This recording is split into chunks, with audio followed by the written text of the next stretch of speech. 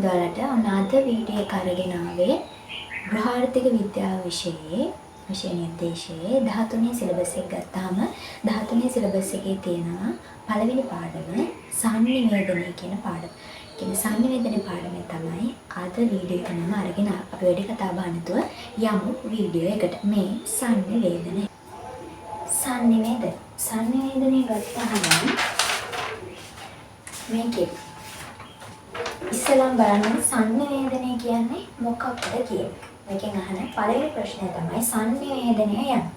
සංනිවේදනය කියන එක ගත්තාම ඒකට නිර්වචනයක් තියෙනවා. නිශ්චිත නිර්වචනයක් තියෙනවා. අපි බලන්නේ මොකක්ද කියලා.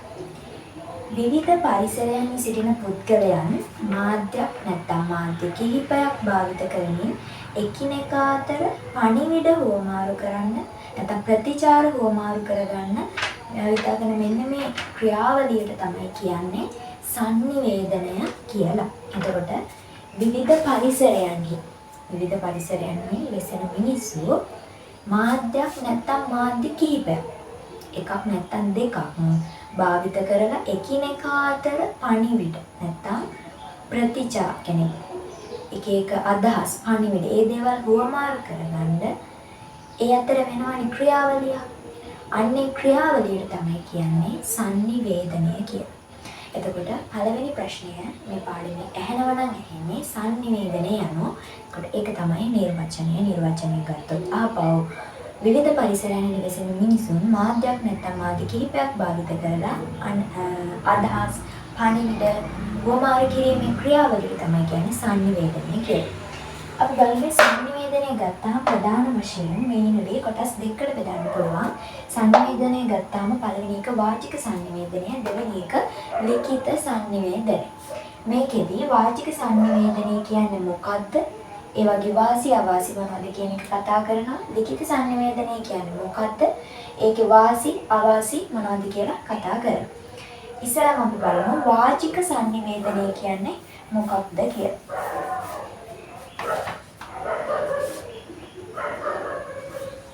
මෙතනදී වාචික සංනිවේදනය කියලා අදහස් කරන්නේ අපි මොකක් හරි මාධ්‍යකින් නැත්තම් මුහුණට මුහුණ ගැහිලා අපි කතා බහ කරලා පණිවිඩ හුවමාරු කරගන්නවා නම් ඒකට කියන්නේ වාචික සංනිවේදනය කියලා. මුහුණට මුහුණ ගැහිලා නැත්තම්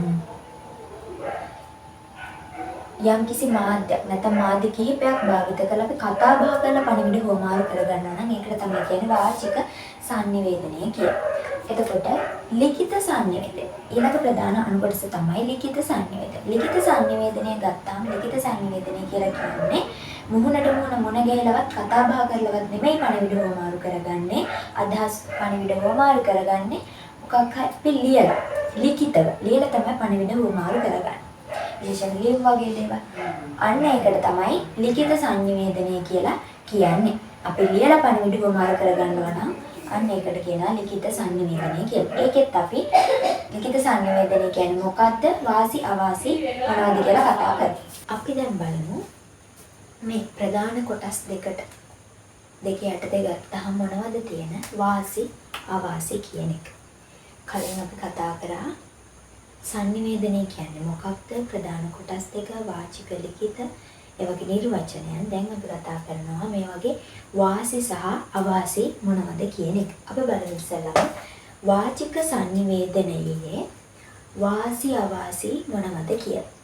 මෙතනදී වාචික සංනිවේදනය ගත්තාම ඒකේ තියෙන වාසි මොනවද? වාසි ගත්තාම පළවෙනි එක තමයි ඉක්මනින් ප්‍රතිචාර ලබා ගන්න පුළුවන්. මොකද කියනවා නම් අපි දැන් මුහුණට මුහුණ ගහලානේ කතා කරන්නේ. නැත්නම් මොකක් හරි මාධ්‍යයක් භාවිත කරලා තමයි පණිවිඩ හුවමාරු කරගන්නේ.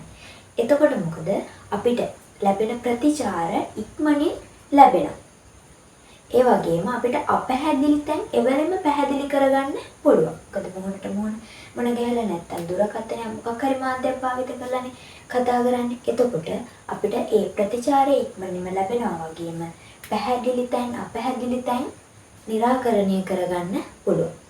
ඒ වගේම ප්‍රතිචාරකයාගේ දැන් මම වගේ ප්‍රශ්නයක් අහනවා නම් ඔයා මගෙන් ප්‍රශ්නයක් අහනවා නම් අපිට එකිනෙකනාගේ හැසිරීම් රටා අධ්‍යයනය කරන්න පුළුවන්.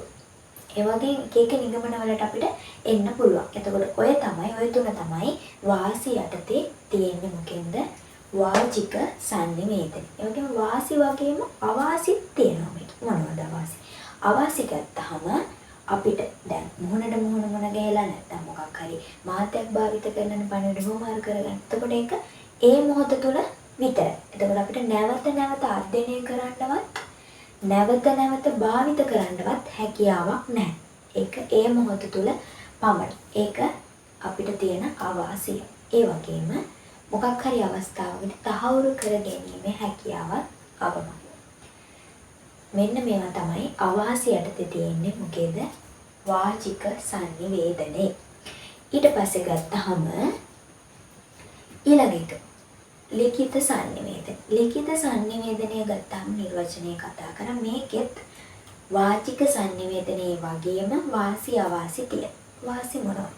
වාසි ගත්තාම නැවත අධ්‍යයනය කරන්න පුළුවන්. මොකද අපි ලියලානේ කෙටි පණිවිඩයක් හැටියට නැත්තම් ලිපියක් හැටියට ලියලා තමයි පණිවිඩ අදහස් හොමාරු කරගන්නේ. එතකොට අපිට ඒක නැවත අධ්‍යයනය කරන්න පුළුවන්. ඒ වගේම නැවත භාවිතයට අපිට තැනකින් ගබඩා කරලා තියන්න පුළුවන්. ඒ වගේම අපිට සාක්ෂියක් හැටියට ගන්නත් පුළුවන්. තහවුරු නැවත අධ්‍යයනය කරන්න පුළුවන්. ඒ වගේම අපිට සාක්ෂියක් හැටියට තියාගන්න පුළුවන්. ඒක ගබඩා කරලා තියාගන්න පුළුවන්. එතකොට තහවුරු කර ගැනීමේ හැකියාව වැඩි. ඔන්න ඕවා තමයි වාසි හැටියට තියෙන්නේ මොකේද? ලිඛිත සංනිවේදනය. ඊට පස්සේ ගත්තාම මේකෙත් අර වගේම අවාසි කීපයක් තියෙනවා. මොනවද අවාසි? අවාසි ගත්තාම ඉක්මනින් ප්‍රතිචාර ලැබෙන්නේ නැහැ. මොකද අපි දැන් ලියුමක් යවුවොත් නැත්නම් කෙටි පණිවිඩයක් යවුවොත් අපිට ඒකට ලැබෙන්න යන ප්‍රතිචාරය ලැබෙන්න යන කාලය ටිකක් වැඩි. අර ඒක නම් මොහොනට මොහොන ගහලා නැත්නම් දුරකථනයෙන් කතා කරලා තමයි පණිවිඩය කියන්නේ. එතකොට අපි මෙහෙන් කියනවත් වගේම අනිත් පැත්තෙන් ප්‍රතිචාරය හම්බෙනවා. හැබැයි මේකෙදී ලියුම ලැබිලා එයා ඒක කියවලා ඊට පස්සේලා ඒකට උත්තරයක් එවන්න කාලයක් යනවා. ඒ වගේම අපි මැසේජ් එකක් දැම්මත් වර්තමාන තාක්ෂණයත් එක්ක ගන්නකොට එයා මේ පණිවිඩය දැක්කට පස්සේ තමයි අපිට ප්‍රතිචාරය එවන්නේ. එතකොට ඒකට කාලයක් ගත වෙනවා. ඒ වගේම අපිට අනිත් කෙනාගේ හැසිරීම රට අධ්‍යයනය කරන්න විදිහක් නැහැ. ඒ වගේම පණිවිඩය ලැබුණද නොලැබුණද කියලා අපි දැන් මේ ආපු පණිවිඩය ලැබුණද නොලැබුණද යන්න කියලා අපිට ඒක දැනගන්න කාලයක් ගත වෙනවා වගේම සමහර කාලට දැනගන්න විදියකුත් නැහැ. දැන් ලියුමක් වගේ આવොත් ඒකට ප්‍රතිචාරයක් ආවොත් තමයි අපි දැනගන්නේ ලියුම යට ලැබිලා කියලා. අන්න ඒ වගේ ඒවා තමයි එතකොට අවාසි හැටියට ගන්න තියෙන්නේ. ඉක්මනින් ප්‍රතිචාර ලැබෙන්නේ නැහැ. ඒ වගේම හැසිරීම රට අධ්‍යයනය කරන්න බෑ. ඒ වගේම පණිවිඩය ලැබුණද නොලැබුණද කියලා යන එක නිගමනයකට එන්න අපිට කාලයක් ගත වෙනවා. නැත්තම් සමහර කාලයට නොලැබෙන්නත් පුළුවන්. ඔය තමයි එතකොට අවාසි හැටියට ගන්න තියෙන්නේ. ඔය තමයි එතකොට සංනිවේදනයේ ප්‍රධාන කොටස් දෙකේ නිර්වචන සහ අවාසි අවාසි.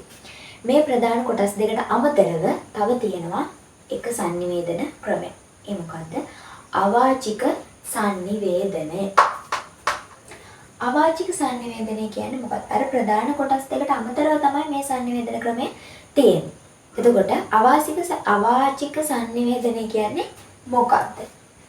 මුහුණට මුහුණ මුණ ගැහිලවත් දුරකථනකින්වත් කෙටි පණිවිඩයකින්වත් ලිඛිතව ලියලවත් නෙමෙයි මේකෙදි පණිවිඩ අදහස් වමාරු කරගන්නේ කොහොමද? යම්කිසි කෙනෙක්ගේ පුද්ගලයාගේ ඉරියව් හැසිරීම රටා සංඥා මගින් තමයි පණිවිඩ වමාරු කරගන්නේ. උදාහරණයක් හැටියට ගත්තොත් මෙහෙම අපි කෙනෙක්ට මෙහෙම කළා පෙන්නනවා නම් ඒකෙන් ජයග්‍රහණය කියන සංකේතය තමයි පෙන්වන්නේ. ඒ වගේම මෙහෙම මාපට ඇඟිල්ල අපි මෙහෙම පෙන්නනවා නම් ඒක කියනවා එකඟතාවය කියලා. ඒ වගේ දැන් අපි යාළුවෝ දෙන්නෙක් හරි කවුරු හරි දෙන්නෙක් කතා බහ කරගෙන ඉන්නවා කියලා හිතන්න. එතකොට ඒ කෙනා එයාගේ අතේ බැඳලා තියෙන අත්ොල්ලෝස නැත්නම් වොච් එක දිහා විටෙන් විට බලනවා අපි අනිත් කෙනා තේරුම් ගන්න ඕන එක සංඥාවක්. ඒක ඉරියව්ව. එයාගේ හැසිරීම රටාවෙන් පෙන්නන්නේ. එයාට මෙතනින් ඉක්මනට යන්න ඕන. එයාට පරක්කු වෙලා කියන එක තමයි පෙන්නන්නේ. එතකොට ඔය වගේ ගොඩාක් දේවල් තියෙනවා හැසිරීම වලින්, ඉරියව් වලින්, සංඥා වලින් මිනිස්සු එදිනදා ජීවිතේදී පෙන්වන. එතකොට ඒවට කියන්නේ අපි අවාචිකව සංනිවේදනය කරනවා කියලා. එතකොට ඔය තමයි sannivedane කියන්නේ මොකක්ද? ඒකේ ප්‍රධාන කොටස් දෙක වාචික, ලිඛිත. වාචික කියන්නේ මොකක්ද? ලිඛිත sannivedane කියන්නේ මොකක්ද? ඒ වගේ වාසි අවාසි සහ ඒ ටික කතා කරා. ඒ වගේම මීට අමතරව තියෙනවා කෝවා sannivedana ක්‍රමයක් අවාචික sannivedane. ඒක ගත්තාම ඒකෙදී අවාචික sannivedane කියන්නේ මොකක්ද? ඒකට උදාහරණ මොනවද කියන එක කතා කරා. හරි. ඊළඟට බලමු අපි මෙන්න මේ කොටස් පහ ගැන. මොනවද? ඵලදායි sannivedane ප්‍රබලතා මොනවද? ඵලදායි sannivedane පියවර මොනවද? sannivedanයට ඇති බාධාවන් සහ ඵලදායි නොවන sannivedane අයහපත් ප්‍රතිඵල මොනවද කියන එක ගැන කතා කරමු. පළවෙනි එක තියෙනවා ඵලදායි sannivedane ප්‍රබලතා මොනවද? ප්‍රබලතා කියලා මෙතනට ගන්න ප්‍රයෝජන වාසි තමයි මෙතනදී sannivedane ප්‍රබලතා ඵලදායි sannivedane ප්‍රබලතා හැටියට කතා කරන්නේ. අපි sannivedane කරනකොට ඒක ඵලදායි වෙන්නත් පුළුවන් ඵලදායි නැති වෙන්නත් පුළුවන්. හැබැයි මෙතනදී කතා කරන්නේ ඵලදායිව අපි sannivedane කරනවා නම් ඒ වගේ තියෙන ප්‍රයෝජන මොනවද කියන එක ගැන. පළවෙනි එක තමයි තීරණ ගැනීමේ පහසු. අපි ඵලදායිව sannivedane කරනවා අපිට යම්කිසි තීරණයක් ගන්න හරි පහසු. ඒ වගේම දෙවෙනි එක සම්බන්ධීකරණය පහසු. අපිට තව කෙනෙක්ව කන්ටැක්ට් කරගන්න සම්බන්ධ කරගන්න තියෙන පහසුව ඉඩකඩ වැඩි වෙනවා අපි ඵලදායිව sannivedane කරන පණ. ඒ වගේම අන්තර්පුද්ගල සම්බන්ධතා වර්ධනය වෙනවා.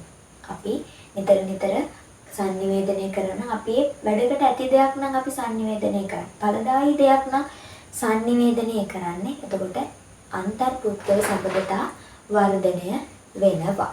ඒ වගේම ගැටලු මගහරව ගන්න පුළුවන්. අපිට එදිනදා ජීවිතයේ දෙන ගැටලු මගහරව ගන්න පුළුවන් ඵලදායිව sannivedane කරනවා නම් අවසාන එක ඵලදායිතාව වර්ධනය වෙනවා. ඒක තමයි අවසාන ප්‍රබලතාවය. එතකොට තීරණ ගැනීම පහසුයි, සම්බන්ධීකරණය පහසුයි, අන්තර්පුද්ගල සම්බන්ධතා වර්ධනය වෙනවා, ඵලදායිතාව වර්ධනය වෙනවා සහ ගැටලු මගහරව ගන්න පුළුවන්. ওই ටික තමයි එතකොට ඵලදායි sannivedane ප්‍රබලතා. ඊට පස්සේ ඵලදායි sannivedane පියවර. පියවර ගත්තාම අපි sannivedane කරන්න කලින් අපි තව කෙනෙක් එක්ක sannivedane කරගන්න හදන තොරතුරු පණිවිඩය මුලින්ම සකස් කර ගන්නවා. ඊට පස්සේ ඒක අපි හදාගත්ත අපිට කියන්න තියෙන තොරතුරු නැත්තම් පණිවිඩය අපි එහාට අපි කියන පුද්ගලයාට ඒක sannivedane කරන කෙනාට අපි කොහොමද ඒක sannivedane කරන්න කියන එක ගැන සලකලා බලන්න ඕනේ. ඒ තමයි එතකොට ප්‍රධාන පියවරවල් දෙක. පණිවිඩය සකස් කරගන්න ඕනේ. ඒ පණිවිඩය යවන මාධ්‍ය තීරණය කරන්න. එතකොට පණිවිඩය සකස් කරගන්නකොට අපි සැලකිය යුතු කරුණු කිහිපයක් තියෙනවා. අපි ඒක වෙනම කතා කරනවා. මෙතනදී මම නිකන් සාමාන්‍යයෙන් කියන පොයින්ට් අවුට් කරන්න. ගත්තාම අපි අනිකාගේ අධ්‍යාපන මට්ටම ගැන හිතලා බලන්න ඕන. ඒ වගේම එයාට තියෙන sannivedana පහසුකම්. එයාට sannivedana පහසුකම් දැන් අන්තර්ජාලය වගේ පහසුකම් නැත්තම් අපේට ඒක ලියමකින් තමයි පණිවිඩය යවන්න වෙන්නේ. ඒ වගේ එයාට තියෙන sannivedana පහසුකම් ගැන අපි හිතලා බලන්න ඕන. ඒ වගේම අපි මේ යවන පණිවිඩ කියන පණිවිඩයට තේරුම් ගන්න පුළුවන්ද බැරිද කියන එක ගැන අපි හිතලා බලන්න ඕන. ඒ කරුණු සාමාන්‍යයෙන් ගත්තා මේ දේවල් ගැන හිතලා තමයි අපි පණිවිඩය සකස් කර ගන්න ඕනේ. ඊට පස්සේ දෙවෙනි පියවර අපි මේක සකස් කරගත්තට පස්සේ ඒක යවන මාධ්‍ය ගැන තීරණය කරන්න ඕනේ අපිම තමයි. ඒක ඉක්මනින් යවන්න ඕන නම් අපිට SMS මැසේජ් කෙටි පණිවිඩයක් හැටියට යවන්න පුළුවන්. ඔය මංගල දැන්වීම ඒ වගේ දේවල් දාන්න අපිට නිවුස් පේපර් එක පුවත්පතක පළ කරන්න පුළුවන්. ඒ අදාළ pages වල ඒ දේවල් දාන්න පුළුවන්. වෘත්තිමය employment සම්බන්ධ දෙයක් නම් එක වෙබ්සයිට් තියෙනවා. අදාළ වෙබ්සයිට් තියෙන ඒ වගේ පළ කරන්න පුළුවන්. ඔන්න ඔය විදිහට එක මාධ්‍යයන් තියෙනවා. ඒ ඔස්සේ අපිට අවශ්‍යතාවය අනුව ඒ දේවල් නිසි ආකාරව යොමු කරන්න පුළුවන්. ඒකත් හරි. ඊට පස්සේ sannivedanයට ඇති බාධාපත්. මොනවද කියලා බලන්න. අපි මේ ඵලදායීව sannivedanaya කරනකොට මේ sannivedana විවිධ බාධාවන් තියෙනවා. මොනවද ඒ බාධා? sannivedanයට ඇති සීමා. මම දැනදී කතා කරා. එතකොට අපි හිතන්න ඕනේ මේක sannivedanaya කරනකොට එක එක්කෙනාට මේ sannivedanයේ පහසුකම් ඒ වගේ සීමාවල් තියෙනවා. දැන් ගොඩක් දුරට ෆෝන් එකක් නැති කට්ටිය. එක එක මාධ්‍යයන් තියෙනවා. ඒ දේවල් නැති කට්ටිය ඉන්නවා. තියෙන කට්ටිය ඉන්නවා. එතකොට ඒක sannivedanයට තියෙන බාධාවක්. අපිට මේක දැන් ඉක්මනින් යවන්න ඕන නම් හැබැයි යාට අපි පණිවිඩ දෙන්න ඕන කෙනා ළඟ දුරකථනයක් හරි එම අන්තර්ජාල පහසුකමක් නැහැ. එතකොට යාට එක්ක ගිහින්ම කියන්න වෙනවා නැත්තම් ලිපියක් මගින් තමයි යාව දැනුවත් කරන්න වෙන්නේ. එතකොට ඒකට කාලයක් ගත වෙනවා. එතකොට අපිට අර ඉක්මනින් කරගන්න ඕන දෙයක් නම් ඉක්මනින් කරගන්න බැරි වෙනවා. එතකොට ඒක sannivedanයේ සීමාවන් කියන එක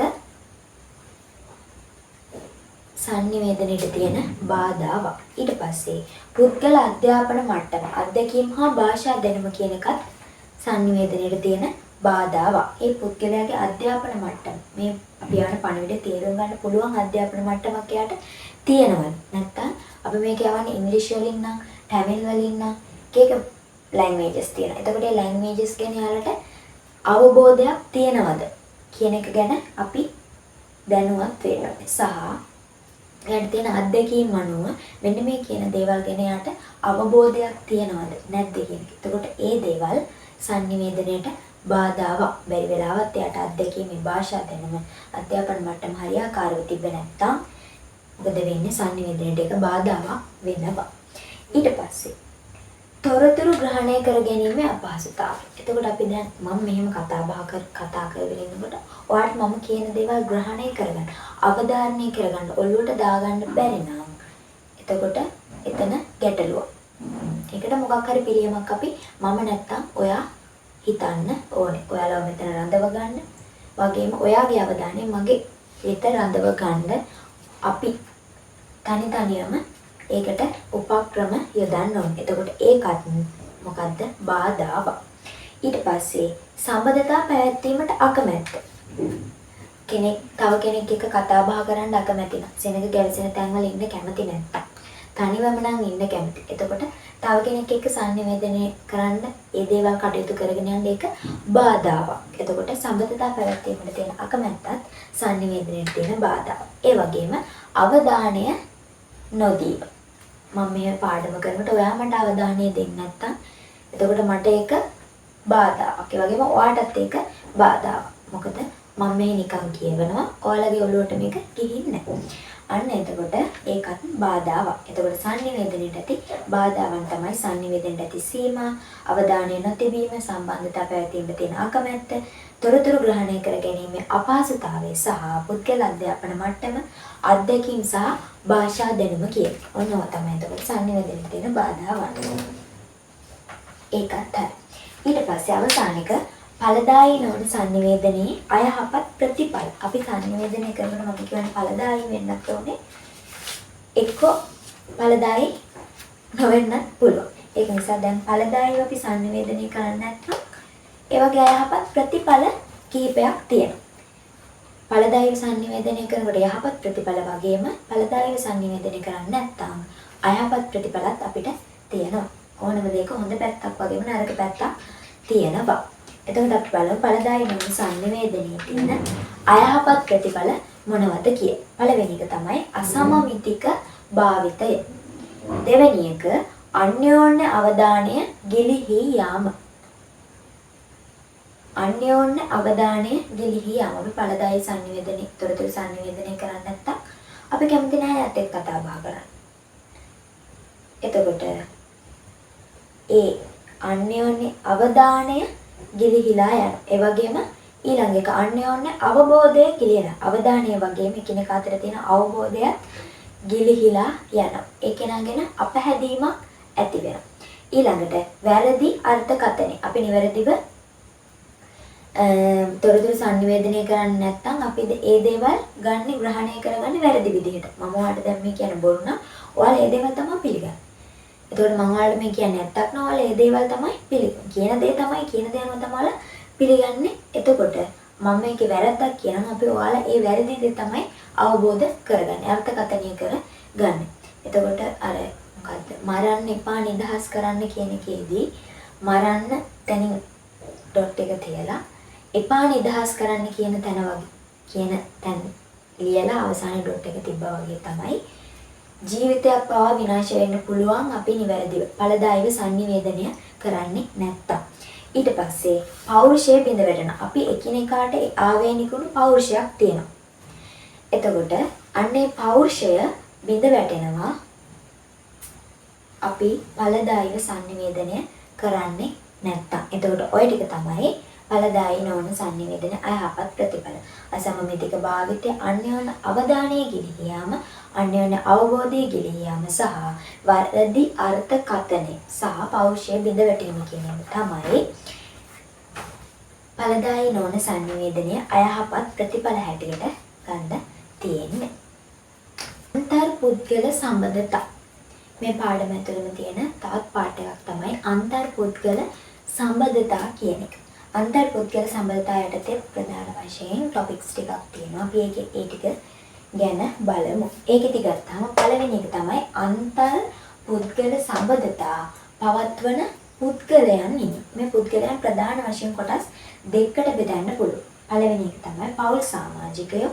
දෙවෙනි එක තමයි බාහිර පුද්ගලයන්. පෞල් සමාජික පුද්ගලයන් වගේම බාහිර පුද්ගලයන් තමයි අන්තර් පුද්ගල සම්බන්ධතා පවත්වන ප්‍රධාන කොටස් දෙක මේ සමාජය ගත්තාම. පෞලය ගත්තාම දෙමව්පියෝ. අඹුසැමි. එතකොට දූදරු ඥාතීන්. ඔන්න ඔය කට්ටිය තමයි පෞල ඇතුලේ ඉන්නේ. එතකොට ඒ අය අතර තමයි අන්තර් පුද්ගල සම්බන්ධතා වර්ධනය වෙන්නේ. ඊට පස්සේ බාහිර පරිසරය ගත්තාම ගුරුවරු. එතකොට පූජකවරු. එතකොට වෘත්තිකයි. එතකොට වෛද්‍යවරු. ආගමික නායකයන්. ඔය වගේ කට්ටිය තමයි බාහිර පරිසරයේදී අපිට ගන්න දෙන්න උදාහරණ දෙනවා. මම කිහිපයක් කිව්වේ. ඔන්න ඔය කට්ටිය තමයි. එතකොට බාහිර පරිසරය ගත්තාම අන්තර් පුද්ගල සම්බන්ධතා පවත්වන කට්ටියට ඉන්නේ. එතකොට අන්තර් පුද්ගල සම්බන්ධතා පවත්වන ප්‍රධාන කොටස් දෙක තමයි පුද්ගලයන් කොටස් දෙක බාහිර පරිසරයේ ඉන්න පුද්ගලයන් වගේම පෞල් සමාජිකයන්. හරිද? එතකොට ඒක හරි. ඊට පස්සේ අන්තර් පුද්ගල සම්බන්ධතා ගොඩනැගීමේදී තිබිය යුතු ගුණාංග. මේකෙදි ගත්තාම ගොඩාක් ළමයි නංගිලා පටල ගන්න තැනක් තමයි අන්තර් පුද්ගල සම්බන්ධතා ගොඩනැගීමේදී සැලකිය යුතු ගුණාංග වෙනයි කුසලතා වෙනයි. ගුණාංග වෙනයි කුසලතා වෙනයි. MCQ ප්‍රශ්න වලට ගොඩක් දුරට අහනවා. එතනදී ගුණාංගයි කුසලතයි පැටලෙන්න පුළුවන්. ඒක නිසා ඒක හරියාකාරව ඔලුවට දාගන්න. දැන් අපි බලමු අන්තර් පුද්ගල සම්බන්ධතා ගොඩනැගීමේදී සැලකිය යුතු ගුණාංග මොනවද කියලා. පළවෙනි එක තමයි සංකාසනය.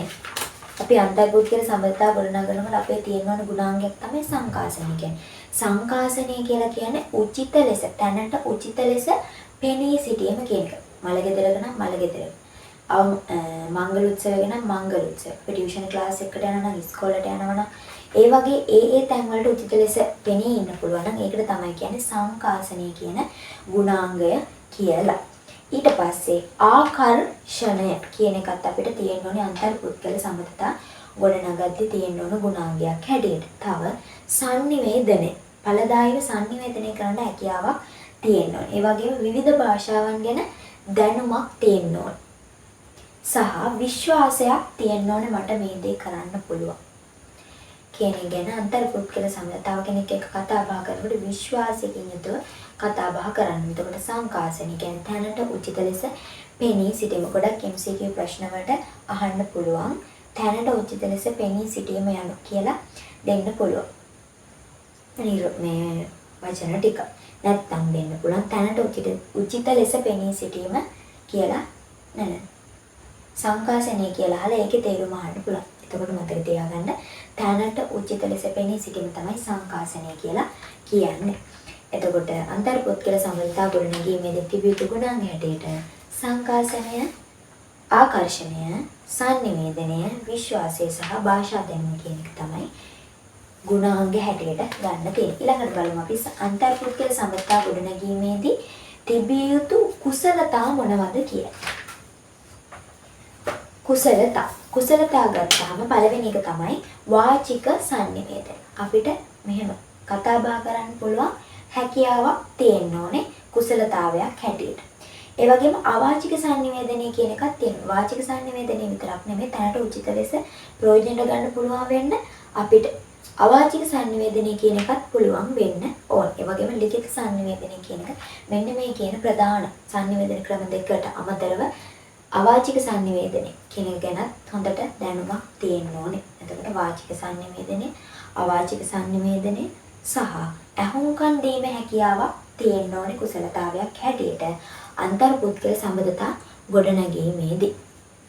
ඊට පස්සේ සංසන්දි කතිකාවත ගැටලු විසඳීම සහ නිවැරදි තීරණ ගැනීම කියන ඒවා තමයි කුසලතා හැටියට තියෙන්නේ. එතකොට මෙතනදී සංසන්දි කතිකාවත කියන්නේ මොකද? මේකත් MCQ ප්‍රශ්න වලට ගොඩක් ඇහෙන තැනක්. සංසන්දි කතිකාවත කියලා කියන්නේ අපි මොකක් හරි ගැටලුවක් ගැන දෙන්නේ කතා බහ කරලා එක නිගමනයකට ඒකට එක පිළිතුරක් හොයා ගන්නවා නම් එක නියතයකට එනවා නම් අන්න ඒකට තමයි කියන්නේ සංසන්දි කතිකාවත කියලා. එතකොට කුසලතා ටික තමයි අන්තර්පුද්ගල සම්බන්ධතා ගොඩනැගීමේදී සැලකිය යුතු වාචික සංනිවේදනය, අවාචික සංනිවේදනය, ලිඛිත සංනිවේදනය. ඒ කියන්නේ ඒවා ගැන දැනුමක් තියෙන්න ඕනේ, අවබෝධයක් තියෙන්න සහ අහුම්කන් දීම, සංසන්දි කතිකාවත දෙන්නෙක් කතා බහ කරලා එක නිගමනයකට එනවනම් ගැටලු විසඳීම, නිවැරදි තීරණ ගැනීම කියන දේවල් තමයි මේකේ තියෙන කුසලතා. ගුණාංග මොනවද, කුසලතා මොනවද කියලා කතා කරා.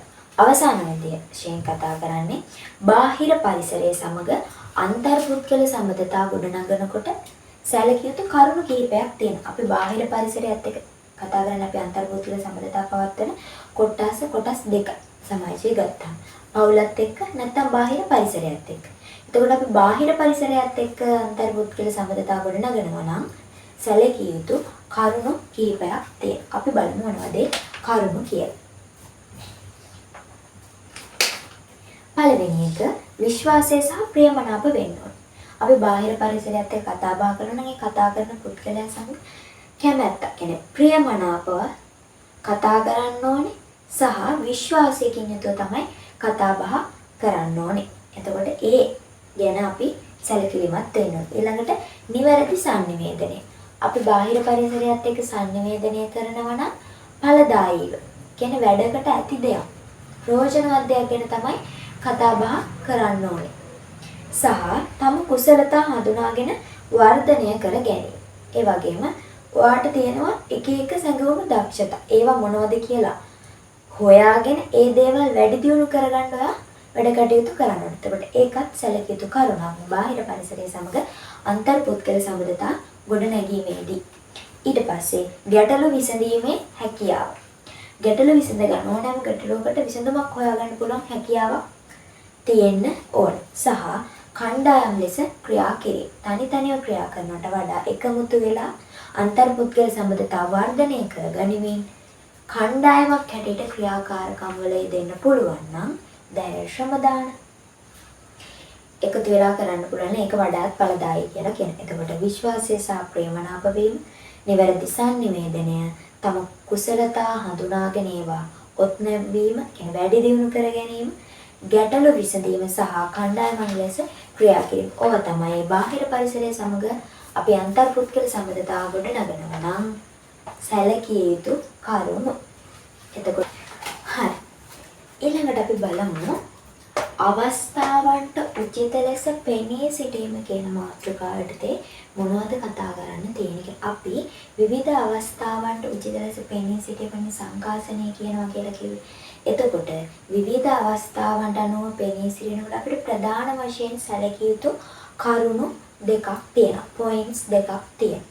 ඒ තමයි පුද්ගල සනීපාරක්ෂාව සහ ඇඳුම් පැළඳුම් භාවිතය කියන එක. තැනට උචිත ලෙස පෙනී සිටිනවා නම් අපි ප්‍රධාන වශයෙන් සැලකිය යුතු කරුණු දෙකයි.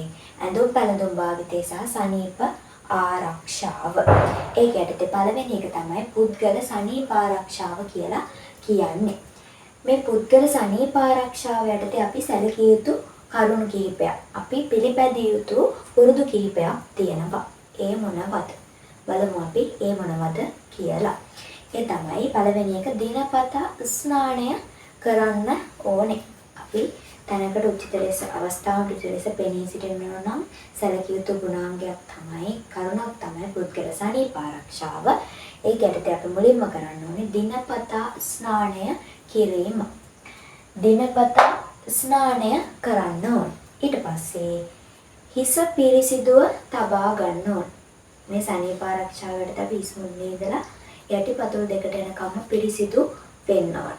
එතකොට ඒකට තමයි පුද්ගල සනීප ආරක්ෂාව කියලා මෙතනදී කියන්නේ. ඒක නිසා දිනපතා ස්නානය කරන්න ඕනේ, හිස පිරිසිදුව තියාගන්න ඕනේ, ඒ වගේම මුහුණ පිරිසිදුව තියාගන්න ඕනේ. ඊට පස්සේ ආලේප ලෙස සුවඳ විලවුන් භාවිත කරන්න පුළුවන්.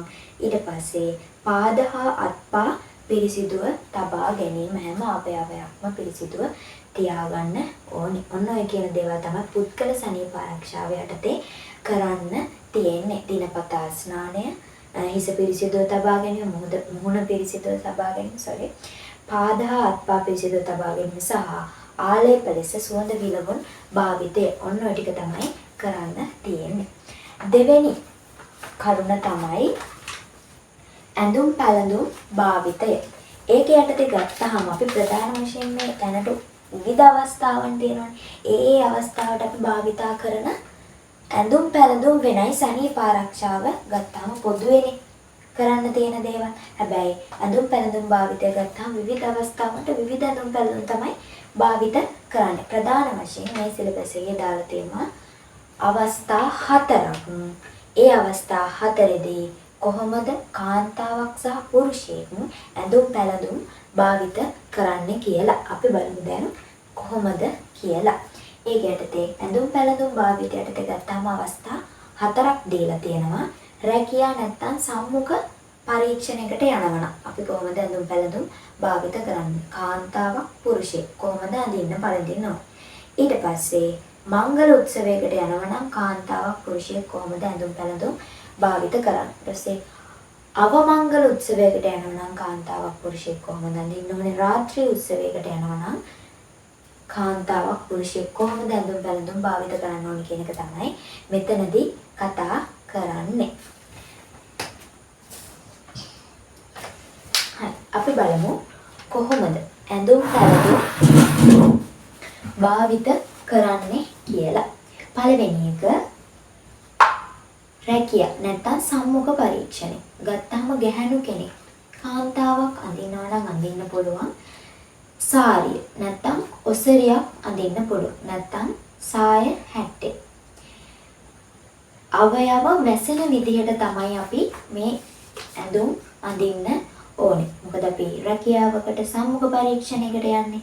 වැදගත් තැනකට යන්නේ. එතකොට වැදගත් විදිහට සාරියක්, ඔසරියක්, නැත්නම් සාය හැට්ටයක්, ඔෆිස් කිට් එකක් දැන් වර්තමානයේ ගත්තාම අන්න ඒ විදිහට අවයව වැසෙන විදිහට තමයි ඇඳගෙන යන්න ඕනේ. සහ අපි දැන් අඳින ඔෆිස් ට්‍රවුස් එක කියලා කලිසමත් එක්ක එක එක අලංකාර මෝස්තර නැති චාම් බ්ලවුස් එක සුදු පාට නැත්නම් කළු පාට එහෙම ඇඳගෙන යනවා. එහෙම අඳින්නත් පුළුවන්.